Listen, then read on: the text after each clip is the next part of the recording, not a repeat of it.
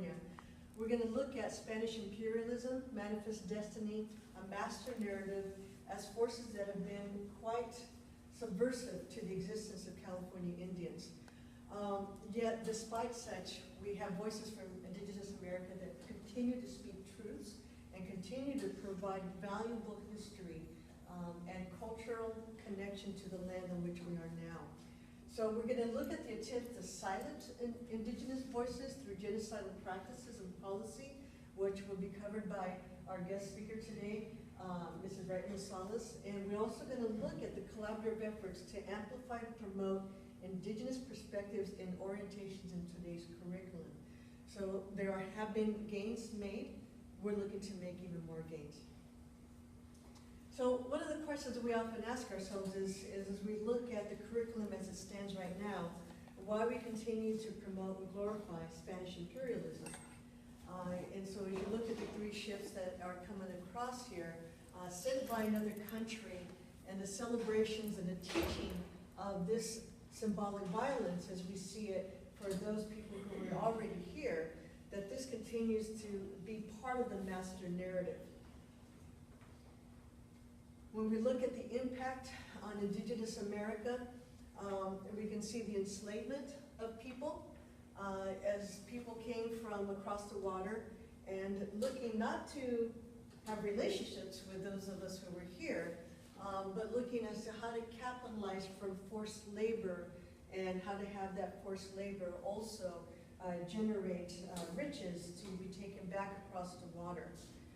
So these are just several images that oftentimes children don't have a sense of what happened in the chain of events that led to where we are here today. And even back in those days, we had resistance that children, again, don't know about in terms of why people were fighting back, or even the fact that people were fighting back. I'd like to share these two particular ones because this one is from the Preassessment tribe, which is actually my tribe. And this is Princess Erendira, who in our stories talks about her taking one of the horses after a battle against the Spaniards and leading her people against the Spaniards after they had already conquered the Mexica or Aztec tribe. Here, further up the Americas, we have the Native Americans from San Diego de Alcala fighting back and killing the priest at that site. These are not often narratives that are told to children in terms of California Indians and Indigenous people across the Americas resisting and fighting back for their own sense of being. And yet we have documentation of this intrusion. Here in the Amador Hills, I'd like to talk about before we had paper, we had other ways in which to document truths and to document history. If you look at this, you just say, well, that looks like a big old rock right there. If you look closely, what you see engraved here is a face. You see a headdress right here. You see a nose, the face, and you have the earlobe right here, and decorations of the ear. And you have this face looking down right here. Okay, you see the hat, you see the beard, you see the nose. So if you look at the story attached to this, and this one is looking down on him with his back to this one. And you can see here, we have that highlighted for you to be able to see much more closely, is I see you, but you don't see me, your back is turned to me. I'm up above on the high ground looking down on you. And now that I see you, I can go and tell others that you are here.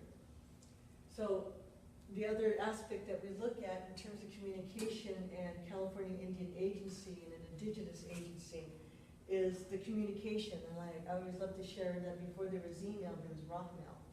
Okay? And rock mail actually lasts quite a long time.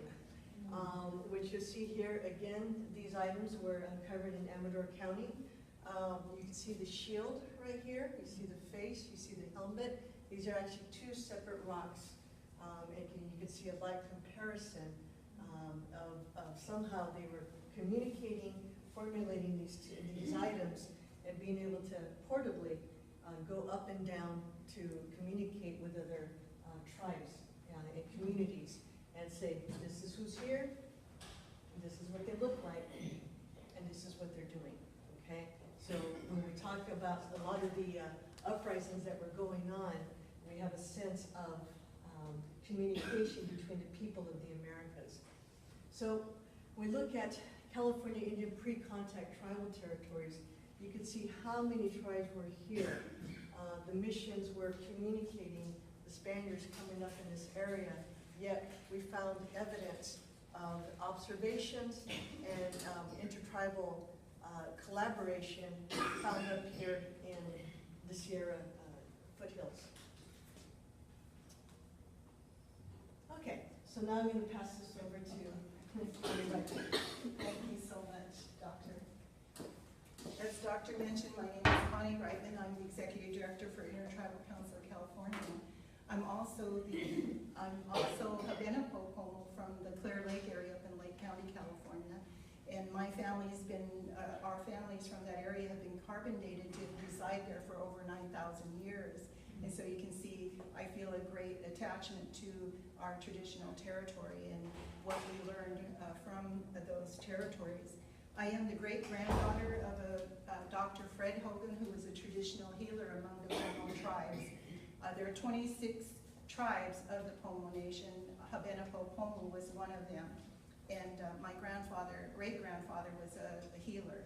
And so in our family, we continue that tradition because it's traditional for tribal people to carry on the role of their family members. And so our family's deeply involved in healthcare type services, and it's in honor of carrying on the history of our family.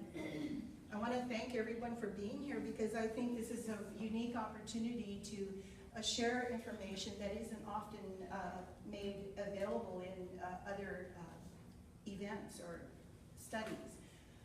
What Doctor started sharing with you is pre-contact tribal territories, and that was, territories are based on the respect of the stories that were told to our families that the Creator put us in certain places to care for the land.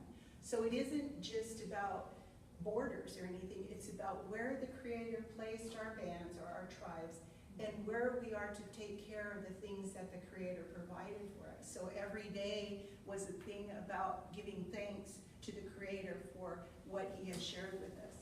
And I just wanted to share with you, these were our traditional territories, and now this map on the other side, on the right-hand side, is around what is left of the tribal groups in California. There are more, but this is the land that is left. And so we'll go ahead and we'll look at that a little more in depth.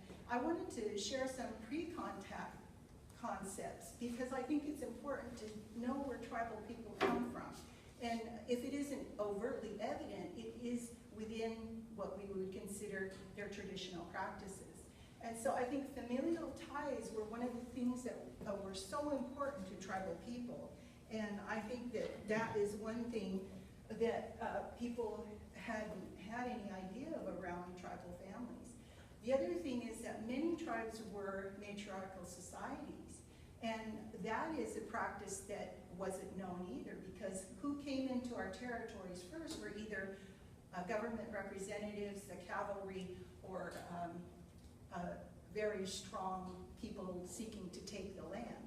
So even though women were in charge of making decisions from the tribal communities, when their leadership was called, they expected the men to come. And so it sort of usurped the historical practices of our communities in that significant change. And one of the things that is often misunderstood too is that tribal communities had seasonal and permanent villages. And I know we talk often about our sacred sites, our burial grounds, healing sites, and gathering areas. So oftentimes it's said, well, tribal people never lived here. Well, does anyone live in the church? So if we have a sacred site, we're not going to have any evidence of residents being permanent there or even being seasonal because it's a sacred site. So those are some things I wanted to share. And then tribes use traditional land resources, of course, fishing, hunting, so on and so forth. And so there was every day, I think my mother said that someone had made the comment that when they first found our people, that we were the singingest people that they had ever heard. We weren't just singing. Guess what that was? It was songs of thanksgiving for the blessings from the Creator. And so I want to share that perspective because I think that isn't often heard by anyone outside of tribal communities.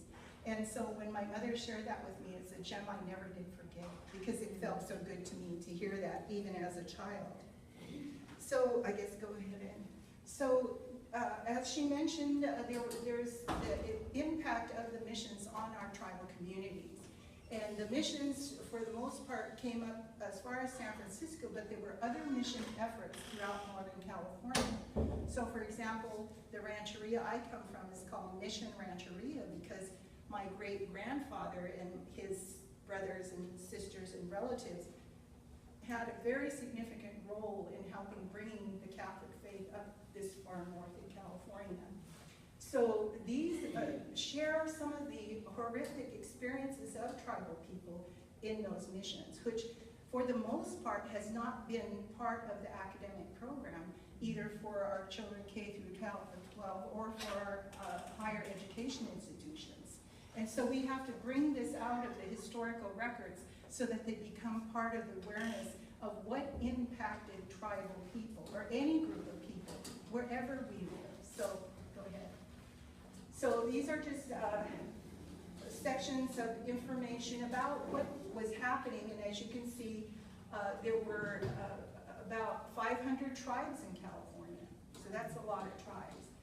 And right now, well, I'll give you more information later, but we lived on the land, and very healthy. Our people lived, we had some people living to be 114, 120, 110, so the lifestyle was very healthy, and the longevity of life was just incredible.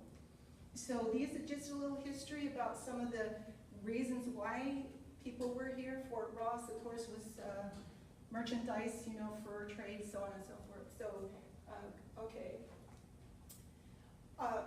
During the gold rush and the Mexican-American War, there was serious and very violent interaction with the settlers and California Indians, primarily because the settlers wanted to get the land. And so that has always been a real motivation for what has happened to tribal, well, any people, I guess, in anywhere in the world, so go ahead. But I think it's important to say that this degree of damage and terror and horrific activity happened, whereas we haven't heard about that much, have we, in terms of Southern California. So what we want to share, and I think this is really critical, is that often it's said, well, they're Indians, and why should they be treated any different than anybody else? Well, it's not about race.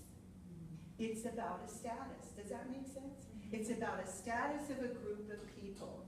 So the reduction of the land from traditional boundaries came to reservation rancherias and colonies.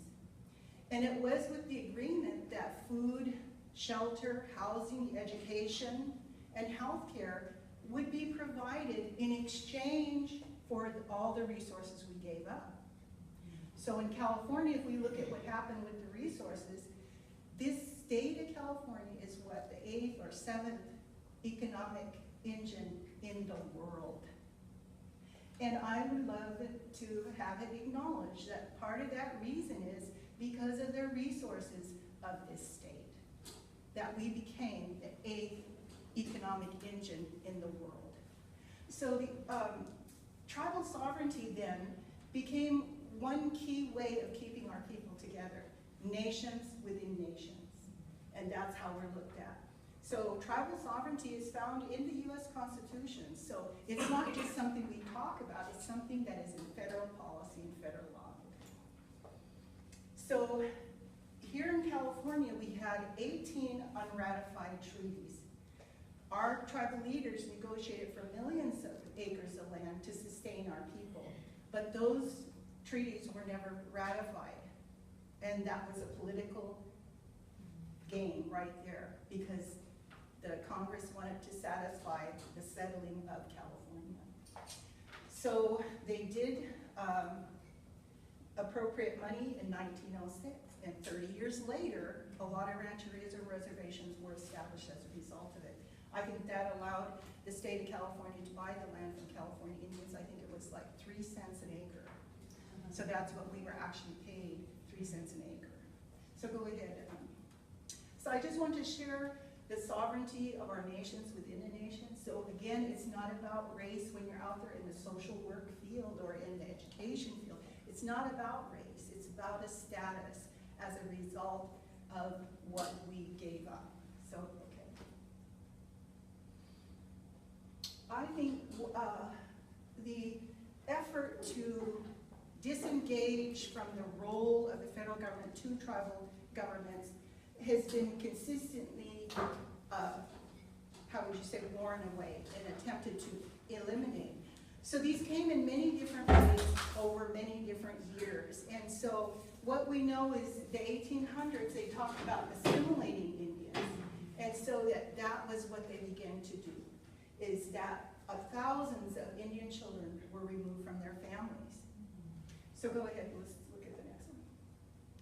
So then another wave came, where the reservation and rancherias, where they said, let's move these Indians into the cities, let's relocate them so that they'll get education, they'll get jobs, they'll work other places, and we don't have to worry about them anymore. Well, that would have worked if they would have provided the types of support that's needed when you're attempting to do that level of change, but that didn't happen either. And so we found a lot of tribal people, thousands literally, in urban areas without any kind of support. So the mission system era has been part of it. High death rate, low birth rate, that continued up until 1970s here in California, when in 1968 there was a publication on the death rate, infant morbidity, mortality rate, and for tribal children, it was infants, it was 8 times that of any other group of people. So assimilation and removal of tribal people isn't only reflected in policy, but in practice of not providing services, because then it creates conditions that will eliminate a group of people.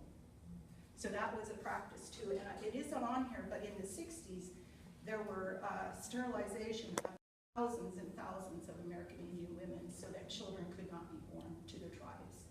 And that was done by Indian Health Service, which is another federal agency. So you can see the trust issue related to tribal people coming to institutions of any kind is really difficult historically if we know our history. So go ahead. At the end of the mission era, there were a lot of changes again that happened. Also giving that land, instead of giving it back to tribal people, it went to other people. And that's how some of the big rancheros were established in California. Land grants, huge land grants, they were called rancheros. So a lot of the Indian people continue to live on those missions. So go ahead, because I want to give you time too. Oh, you've got plenty. Okay. So really, in spite of what happened during the mission era, there are some things that we can talk about that are fragments of that and how we're recovering in our communities. So today, there's 562 federally recognized tribes, but that's not to say that all the tribal people entitled to be recognized are being recognized, because that's another way that the federal government eliminates any level of responsibility, is to not recognize those tribes that are in existence, that continue to exist. So in California, there's 111 federally recognized tribes, and there are probably another 75 to 100 tribes that are applying for federal recognition. And that process takes years and years and years, even though a tribe can demonstrate their lineage and attachment to a group, the federal government delays. And again, that's to reduce the obligation that they made when we ceded our lands. So they don't want to recognize any more of us because it means you have to provide some education, health, yada yada. So And go back. okay. So one more thing about this is that California is home to the largest American Indian population in the nation. And I think that's really significant because it reflects the results of federal policy I shared with you earlier about relocation and assimilation. So here we have one of the largest populations of American Indians in California. And so the chances for our social welfare systems and our healthcare systems and our education systems to engage with American Indian students is higher in California than most other places.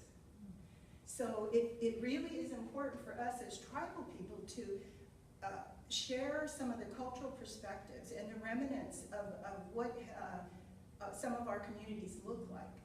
And one of the things I want to share just briefly is around intergenerational trauma. It's something that people have talked about, but I don't think have a clear picture of really what creates intergenerational trauma.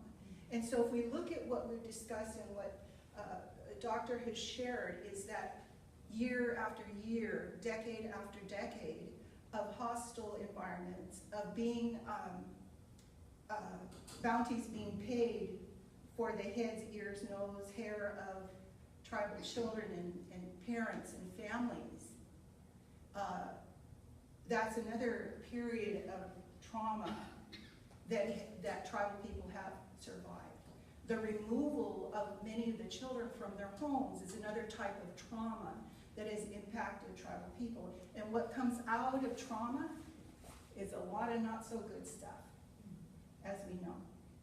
So part of the recovery of our tribal communities is that those people responsible for making policy decisions related to our community, they must be informed about the consequences of historical intergenerational trauma in order for those policies to be developed, to be practical, applicable, and effective for a group of people that has endured decades of trauma.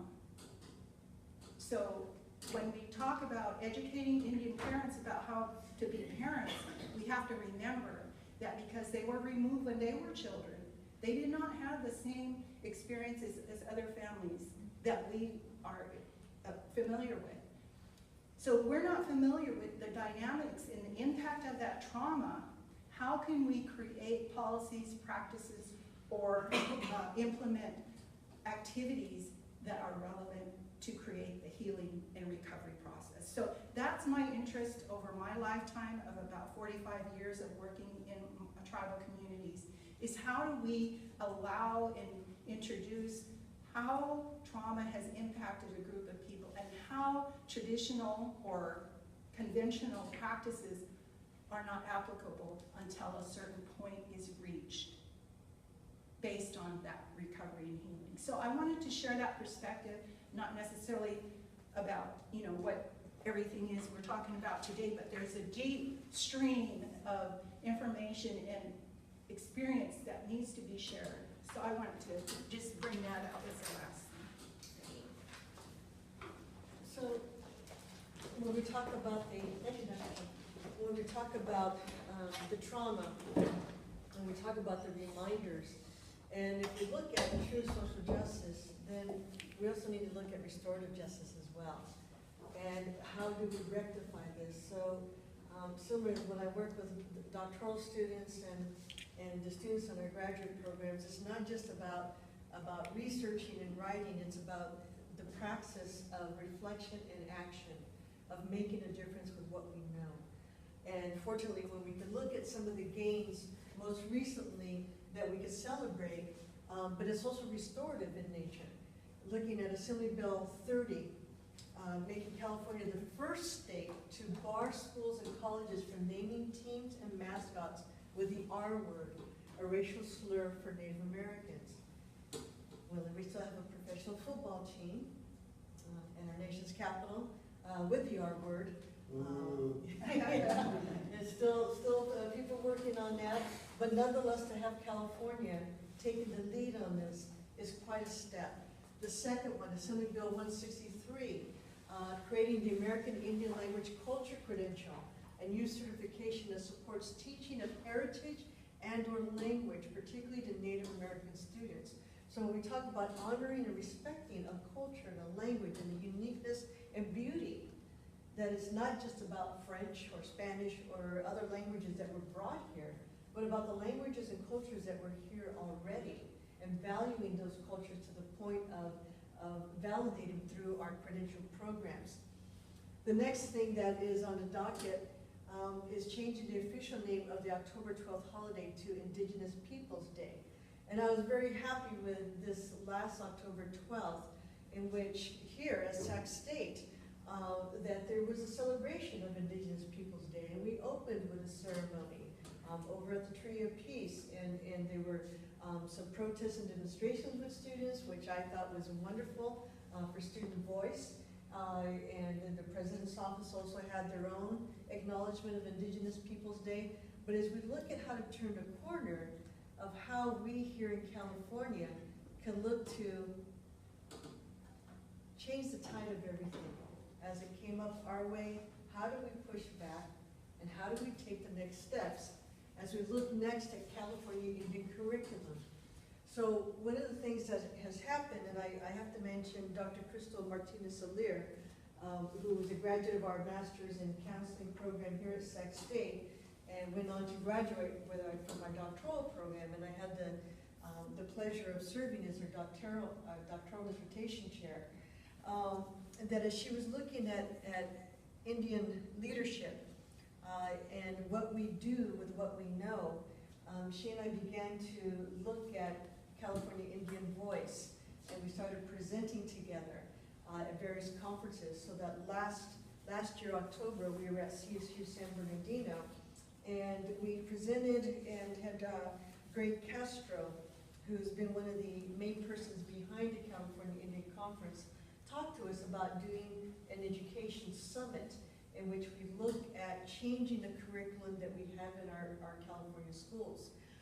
So with that, we embarked upon our first education summit, which was held just this last October at UC Berkeley. And we had 5 school districts who sent teachers in attendance. And up until that time, we had actually vetted curriculum in which we had school district personnel working with the local tribal experts to put curriculum that would go into the classrooms. In our particular area up in the Sierras, we had Miwok curriculum presented, which Susan will be able to go over. And then in the Bay Area, we had Dr. Beverly Ortiz presenting curriculum for the Ohlone community. So with that, I want to pass it over to Susan Olsen so she can go over this curriculum that we have. Yes, so these were the topics of the breakout groups from the summit that we had at UC Berkeley. And so these are examples of topics that have been shared.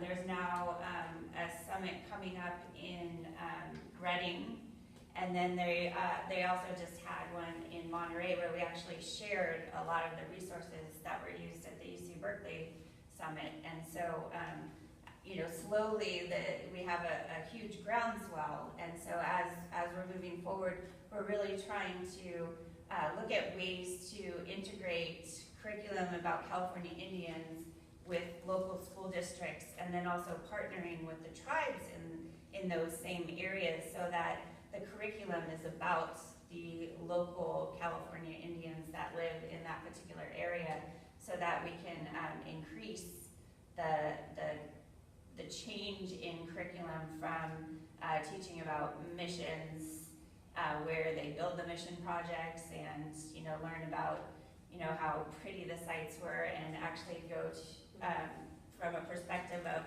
what really happened at the missions, and what happened to California Indians, and who were the people that lived here prior to that. So go ahead. So an example of one of the presenters, Chelsea Gaynor, she actually worked with Dr. Borunda and created a curriculum for her middle school students. And so the easiest way to integrate the California Indian curriculum is really looking at our history standards. So the history and social science standards, California history, U.S. history, and also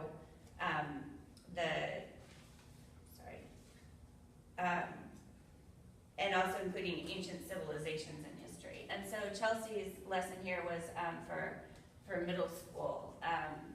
So go on to the next one. So she took a look at the standards, 6th grade, 7th grade, and 8th grade. So within those California required curriculum standards, we have 6th grade, the early human migration, 7th grade, Mesoamerican cultures, European exploration, and Columbian exchange. And so, you know, we can see what's missing from that and what's, you know, called out in that particular standard. 8th grade, natives during colonization and in early America, native rights, relocation, westward expansion, and boarding schools. So she took a look at these standards and tried to revise. So through the California standards, we've now gone to our Common Core standards, and so she took a look at those reading and writing strategies. So we have our objectives here, and so she decided to integrate a lesson about the local Indians by evaluating primary and secondary sources. And so these are the objectives that must be met in that grade level, and then go on. And so then she decided to integrate the primary and secondary sources, and this is her pre-assessment. So just developing an understanding of what students already know about California Indians and what kind of stereotypes they already have. And so she had students think about these questions. What are the names of tribes who have inhabited California? How and where did they live? What did they do? How did they dress? What are elements of their culture? And so students wrote down their ideas. Some of them, you know, were accurate. Some of them are false or stereotypical. And then they get together, come up with some ideas, and then they worked in groups to write down all of the questions. And so that's, you know, what the board here is, so that they can go up and write their words. So that this gives them an opportunity for the teacher to see what they already know and where their misconceptions are. And then at the end of the lesson, it's really great to bring this back to the students. And this is, you know, this is what you thought before. Now compare that to what you know now. It is a fascinating. Just last August, my family and I, we were going on a hike through the Black Chasm. It's a cavern that's up in the Amador Hills, and it was our son's birthday, and he wanted to take a tour of this particular cavern. And so the guide had our little family of 4, and then there were some other families that were also on this tour. And before she took us into the cavern, she said, well, who do you think were the first to discover this cavern? And this one little girl who came from the Sacramento area, she raised her hand, and she says, George Washington. And so, you know, I knew she didn't understand anything before George Washington. So, you know, I raised my hand, I said it was the Miwok. The Miwok is the local tribe of this area. And fortunately, the tour guide, she thanked me, she goes, you're right, that's who it is. So the child was going to learn, but she obviously had no sense of First Nation prior to that particular trip. So when you look at what people know and they don't know, there's definitely an absence of knowledge and absence of awareness that which Chelsea is getting to at the very beginning of her curriculum. Absolutely. So here's some of the examples, a picture of what some of her students came up with. You know, she says, right away, I could tell most students had a very generalized view of Native Americans, like words like teepees, headdresses, totem poles, buffalo, but there were a few students who had some specific information, Maidu, grinding rocks, hunter-gatherers, and so you also have like traditional folk tales, didn't waste resources like the animal parts, So you've got just a whole, settled by rivers, tattoos and piercings. So, very big space of understanding among her middle school students. So this was her 8th graders. So then the introduction, she then leads a really brief class discussion on what primary sources and secondary sources are, and she gives some examples there. And then they record the pros and cons. So she's presenting this, at a curriculum summit to teachers, and so giving solid ideas about how you could take the information from the summit that we were providing and actually integrate it into your own curriculum. And so she's giving a very step-by-step lesson plan here. And then a short class discussion. What makes sources credible? Does the source have a reason to lie or persuade? Does the source have a bias? So all of those things that students need to know and understand when they're evaluating a source of information. And what's critical, and we think that recently we had the canonization of Juniper of Sarah, and how contentious that was, at least in the hearts of California Indians, and I would say all Indigenous people, to have somebody who came with soldiers canonized as a saint. To me, it just seems so contradictory, but when they talk about common sense, it's not always common. And so with that, to whose perspective is being fostered in the next generation. So with this, giving students the opportunity, we talk about developing critical thinking of who would say these things, who had the power of the pen, and why did we learn this, and what was it they wanted us to believe and think at that time. Right, back to what Connie was sharing about how the information was delivered and the sources where it came from. So then she introduces the word stereotype. So then from there, she has a clip, how Hollywood stereotypes the Native Americans. So again, really having them take a look at the information that they're viewing and then using that as a source. And what do we know about the information based on if it's primary or secondary? What does the author want you to know? Does the author show bias? And so this graphic organizer, students, they volunteer to answer the questions based on the videotape. So this is our we do part of teaching. So the teacher and the students together are developing this graphic organizer so that when students then go to do their own lesson or their own version of this same worksheet, they've had a chance to practice it with the teacher before doing it independently. So after watching the videotape, they were very easily able to cite very biased words like savage, Injun, primitive, and then also just the images from the video clips.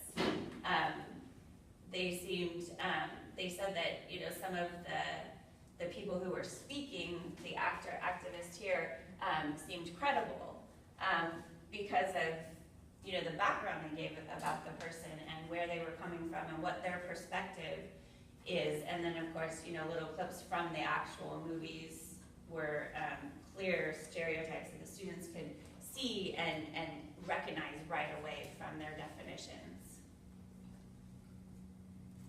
So the main activity, students are given 6 sources, and they're displayed around the classroom. She has a clipboard there so they could be displayed on poster paper or the clipboards. And so they travel around the classroom, and the students go from one posted source to the next, and the same graphic organizer they did as a class, now they're using that graphic organizer to cite each of those sources and answer those questions. Is there a bias? Who's telling whose perspective is it coming from? Does it seem credible? And then they're looking for facts that corroborate their ideas from the brainstorm poster that they did about analyzing sources. So each of those sources, it's okay, you can say that. Each of these sources are different perspectives on Miwok Indians. When students have read all of the documents, then evaluate the credibility in order from 1 to 6. So all 6 of the sources are then put in order of how credible they think that they are based on the worksheet that they completed on each of them. And then the students should also consider where the information comes from. Is it coming from someone within the tribe? Is it coming from someone in the government? Is it coming from, someone writing in a opinion piece in a newspaper? So thinking about where that comes from has a lot to do with where the bias is in the different sources. So at the bottom of the page, students write one sentence that explains why they ranked the source. So examples, I chose source F for my #1 source because it was from a guy who spent his time with the Miwok and it didn't show bias. So that's an actual quote from one of her students. I chose source B first because the pictures that were on the dock were very reliable because they are actually a real house from that time period. So, as you can see, some are stronger, than others as far as, the credibility and what they're pulling out as reasons. But this is a good way to really determine what students so far have understood about the lesson. So as a class, they go back to that original poster, what do you know about California Indians? And they go back and they circle items that were accurate, and they cross out the the answers that were false. And if students brainstormed ideas were not explained in sources A through F, then she allowed them to use their cell phones to look up to see if the information was accurate or it was a stereotype or just plain false. And this is the final assessment. This is what we would call a ticket out the door. So students would answer these questions. It's real quick. It's for the teacher to check right at the end of the lesson to see if they knew and understood, what the lesson was about today. And so misconception I had about Miwok Indians, and then one Native American stereotype is, but in reality, so going back to that lesson about stereotypes and where they come from. Excuse me. And so here's some examples of what some of the students said from the assessment. One Native American stereotype is that Native Americans were used in movies to show that they are savages. But in reality, Native Americans are nothing like savages, but religious people that respect the earth very much more than the Americans.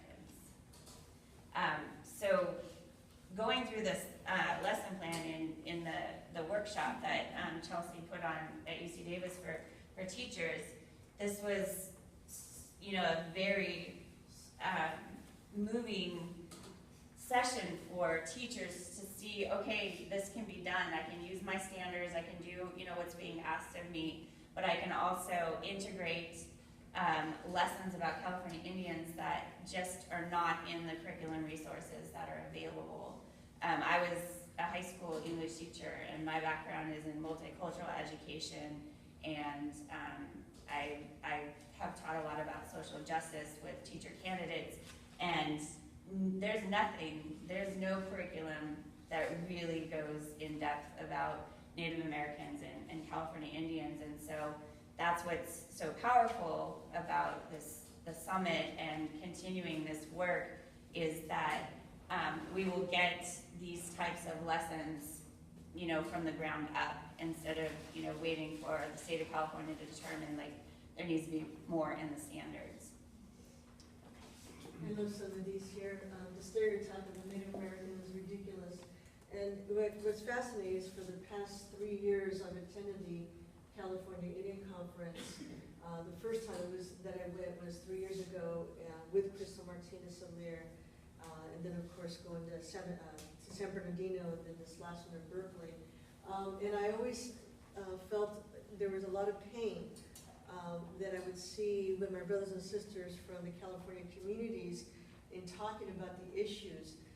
What was fascinating at Berkeley as I happened to be in a presentation when Chelsea presented this, and there were California Indians in her presentation, I never saw faces brighten up as much as when they saw the outcome of her curriculum.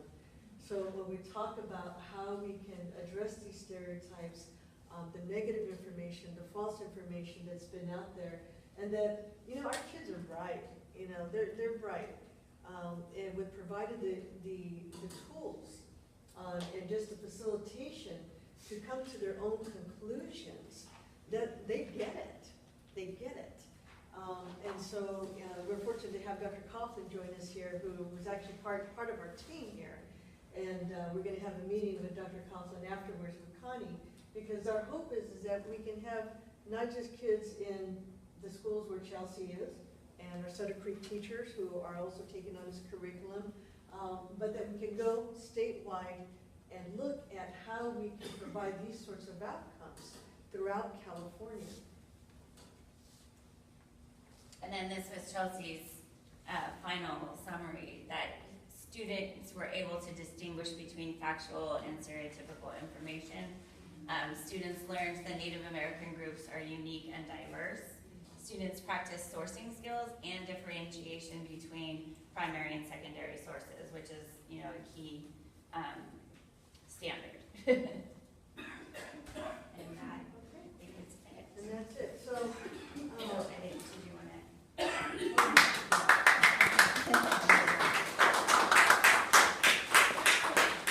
So one of the things that we handed this out is a curricular framework in recognizing that you saw how many tribes we have, 111 federally recognized tribes in California alone. And that the stories, the creation stories, and the other stories that are relevant to each geographic area are different. What people ate, and how they lived, their interactions with one another, their relationship to the land, is held within their own community. So what we did is we put together just a basic historical and cultural themes that we thought would be optimal in terms of creating a curriculum that would be regionalized to school districts depending on where they are. So you'll see here everything from the origin stories, language, social-political systems, material culture interactions with place, economic systems, life cycle, then the experience of colonialism, and Native people and communities as they are today are some of the major sub-themes that we recommended to be addressed. So as we mentioned, we have seen efforts historically in which California Indians, and many of them being educators, have looked to try to change the curriculum over a series of attempts since about the 1960s. And yet nothing has changed. Yet we are in a position, because of the Common Core, to look at how do we make this happen from a groundswell level. So our next hope is, because we are going to be here for the Multicultural Conference, and we've been invited to have an education summit provided here, but our hope is to be able to move this further and send out teams of people like Dr. Coughlin, and then a local tribal expert, elder, who could work with the local school district to create the appropriate curriculum for the communities in which they are. So that's our goal at this point. So at this time, maybe we can have my co-presenters join me here, so I can get you on the camera. And just let's open up for dialogue, thoughts, reflection, ideas as to where we're going, what we're doing. I know that there's a level of expertise here that, with all this brain energy put together, I'm sure we can move this even faster. Yeah. Yes, Dr. Bain. Thank you so much. That was, I thought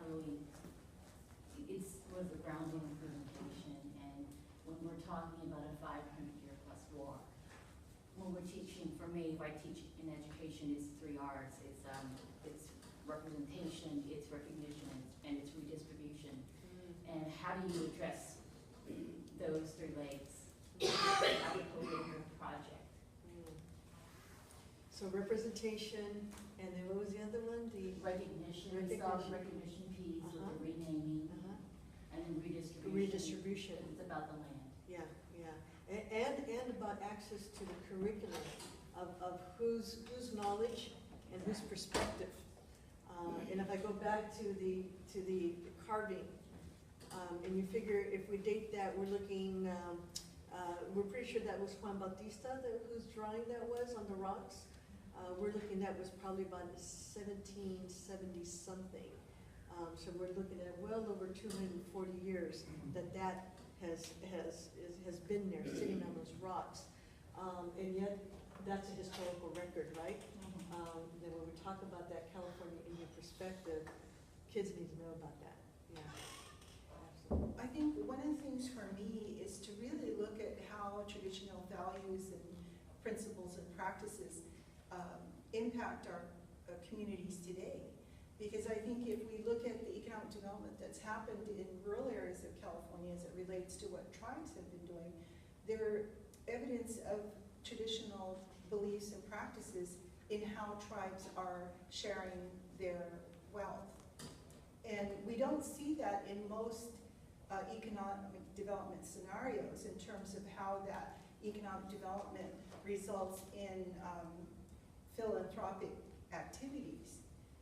But in the tribal communities, that tends to be one of the things that they look at doing. If you look at what is really happening in some of our communities based on the economic development in tribal communities, is there's a huge number of contributions to local communities.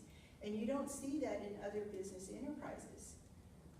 So the philanthropic perspective of interdependence, of belonging and sharing is really evident even in today's time, even with some of the horribly distorted fiscal or financial economic development efforts in rural California. So that's another element that I'd like to share, is how the tribal people have continued their practices in more modern times, but it isn't recognized or valued by the population in general. And so how do we look at those values and principles being applicable in more modern times? And what might those outcomes look like if we understand the link from historical traditional practices to how they're being applied in more contemporary times? And that's an area I would like to really share with those in economic development, but I think it is important to recognize, because that's something everybody understands, is how someone contributes to the economy of their community. And so I think that's another subject matter area that might be good to look at too, because the historical or traditional values of belonging, interdependence, mastery, are really continued in our tribal communities, not as much as they used to be, but they still are being carried. And how is that reflected in how we're recovering in our communities?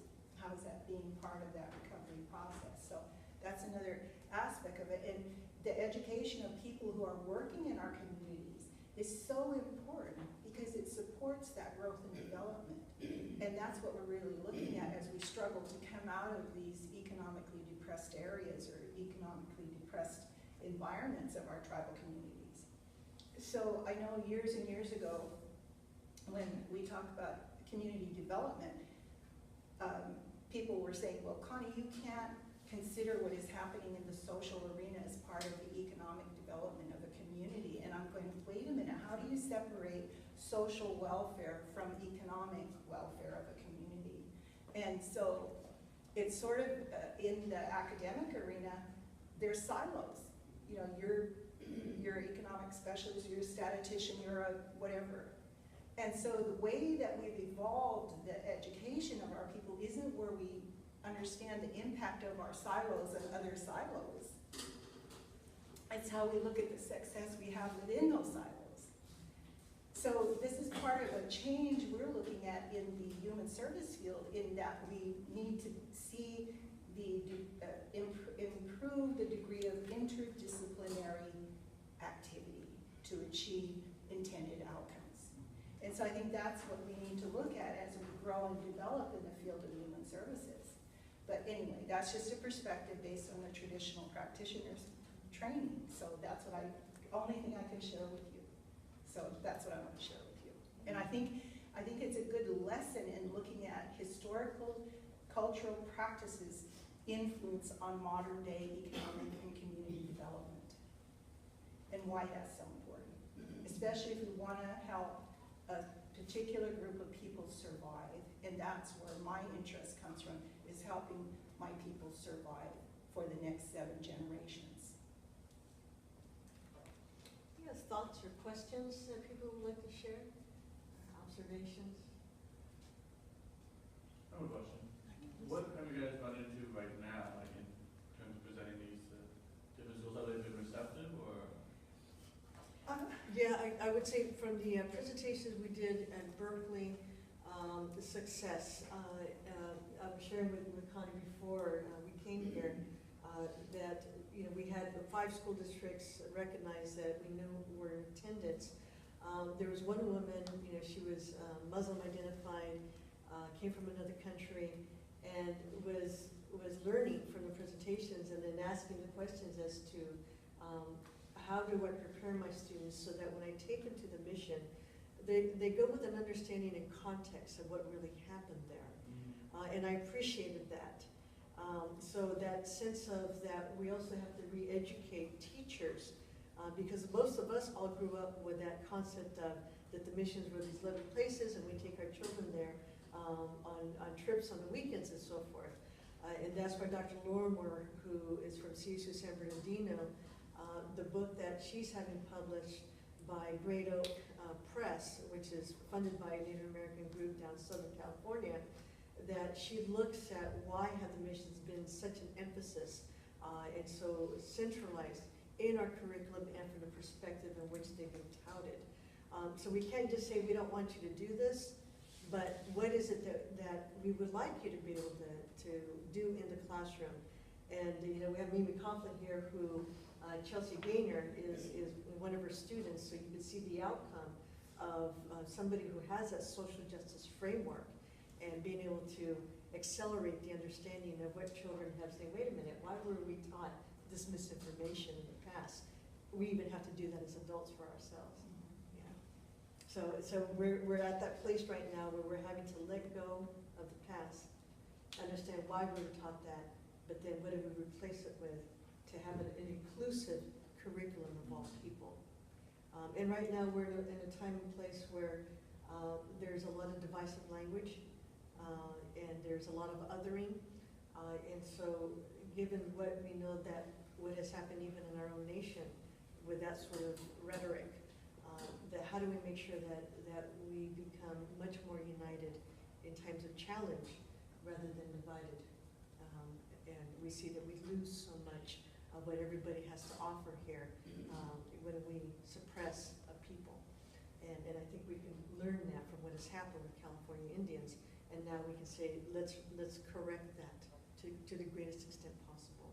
I think our next steps is just now how to get it statewide and how to get that dialogue going at a regional basis and to get teachers the information that they need so they can take it into the classroom.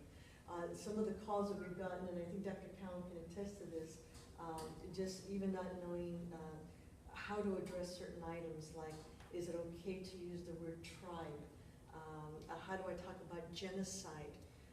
So there's these topics in which who has a right to claim these words and use these words, and we have that information, but people are so reticent to use information that is relevant to California Indians because they haven't learned it themselves. So it's part of a re-education process. Dr. Coughlin? Well, just quickly, one of the problems is that it's in the 4th grade curriculum. So it doesn't, 4th grade versions of everything are simplified, but it's been kind of shoved into this craft project, which we talked about at the conference, and getting people to study it all through to 12th grade is a challenge. But it can be done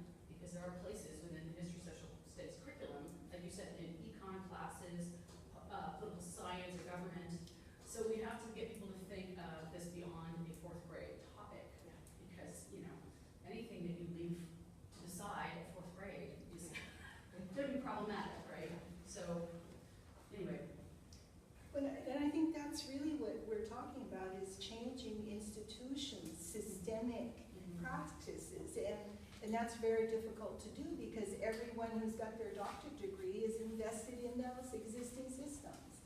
And so the change, in order to change that, means a lot more than just really looking for that change. Because systems operate a certain way. It's just like any of the educational institutions.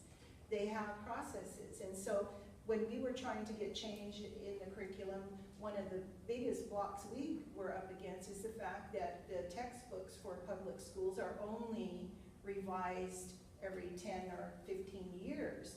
So if you're not developing your materials within that cycle, it will not happen. Not because it isn't viable, but because the printing process is so set and in a system, and we can't avoid that. But that won't become a stumbling block again, because now we know within the next 5, 10, 15 years, we're going to be able to get some change that they will print in an actual textbook. So there's systems or things that operate outside of our social justice thinking that will not allow it to happen. Not because it's not right to happen, but because it's not practical within the system that produces these things. So that's the other thing too, is when we talk about change, is we never know who's going to stand up with that blade to cut it from happening. And that's what we are learning through that process. And so you're absolutely right. It's a whole institutional system of change that you're looking for. And social justice, I think, for such a small group of people is so hard for anyone and everyone to justify the expenditure of it. But I think the key is that we're looking at a group of people whose population has been significantly impacted, and that we will in fact disappear if change does not happen in those systems. The reason the Indian healthcare came back into California was because our babies were dying at 8 times the rate of any other children in the country. And our population by that time had already been reduced significantly. So the death of the babies was such a dynamic and drastic impact on our people as a group of people that didn't affect any other group of people. So the people, my mother was one of them, kept knocking on doors until they found that the Bureau of Maternal and Child Health in the state of California could be held accountable for what was happening to our babies. Yet the state said, you're not our responsibility, you're the federal government's responsibility. How do you get that kind of a response from a government entity designed to provide services to human beings, and we're not included in that definition in 1968? Does that, 1968, that's what, 50 years ago almost. But it's real. It was real in 1968. So anyway, I don't mean to take over, but I'm so passionate, and I've experienced this stuff for 45 years working in the field of traditional recovery. Just another arm of genocide, which was only 50 years ago right here in California. One last question, Dr. Roscoe? So, I don't work in the K-12 system, right? I work with undergraduates in child development, and, we're preparing them to go into teaching, or to go into working with young children, or to go into health services like counseling and social work. And this obviously sounds like information that they need, but they've missed the boat because it's not covered in the K-12 curriculum yet. So I guess my question is, where can I get resources to supplement my material? My textbook mentions Native Americans as a general group in terms of describing parenting, for example, I think twice in my textbook, when they're doing other comparisons between hugely generalized groups. But there's nothing in there to tell them, certainly about California specifically, or about where they would get this information. And I've done some article searches and haven't been that successful in finding resources. So that's my question. Where can I get things to supplement my materials to start, even at my level, to bring some awareness to it before we get into teaching? Can I just share? Absolutely. I think you're probably more of a content person.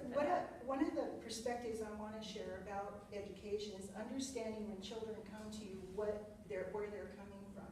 And one of those is trauma. So that's one of the things we know about tribal families is there's high levels of trauma in, so children when they're coming to you, it's not just about what they have to learn, but about understanding what might impede that. Yes, and we do cover that. So trauma, intergenerational trauma is real in the tribal communities. And so understanding a little bit about that intergenerational trauma is important for educators, K through 12, or even in college. But the other thing I want to share with you is that Intertribal Council has a vetted cultural competency training, cultural proficiency training that we do out there in the public for providers. And so you can contract with us to provide cultural competency training for staff. And we go through a series of vetted presentations for professionals. And because a lot of professionals don't have that resource, and you're not gonna find this resource out there pretty much. So we brought together a team of subject matter experts. They created an expert panel. They designed the content for our cultural competency training for federal, state employees, so we do a lot of that. But that's one source, and there are others. But I think that is a place to start because your people are out there doing the work already, and so maybe it is in their own continued staff development and instruction and training that we can catch that loop. But there are resources out there. And perhaps you could send us maybe some topics that you would like additional curriculum to offer in the classroom, and then we could locate that. Those resources. Absolutely. And we have a lot of people Yeah. within our group too. Social interactions. Yeah. Absolutely. Relationship with, moral and spiritual. I was just reading the last night, from my multicultural counseling class, so yeah. Yeah. So send us some topics, and I'm sure we could come back with material that you could use. Absolutely. So we've gone over, I want to thank everybody who's here, and those of you at the other side up in the cloud. And with that, we conclude our presentation, and thank you very much.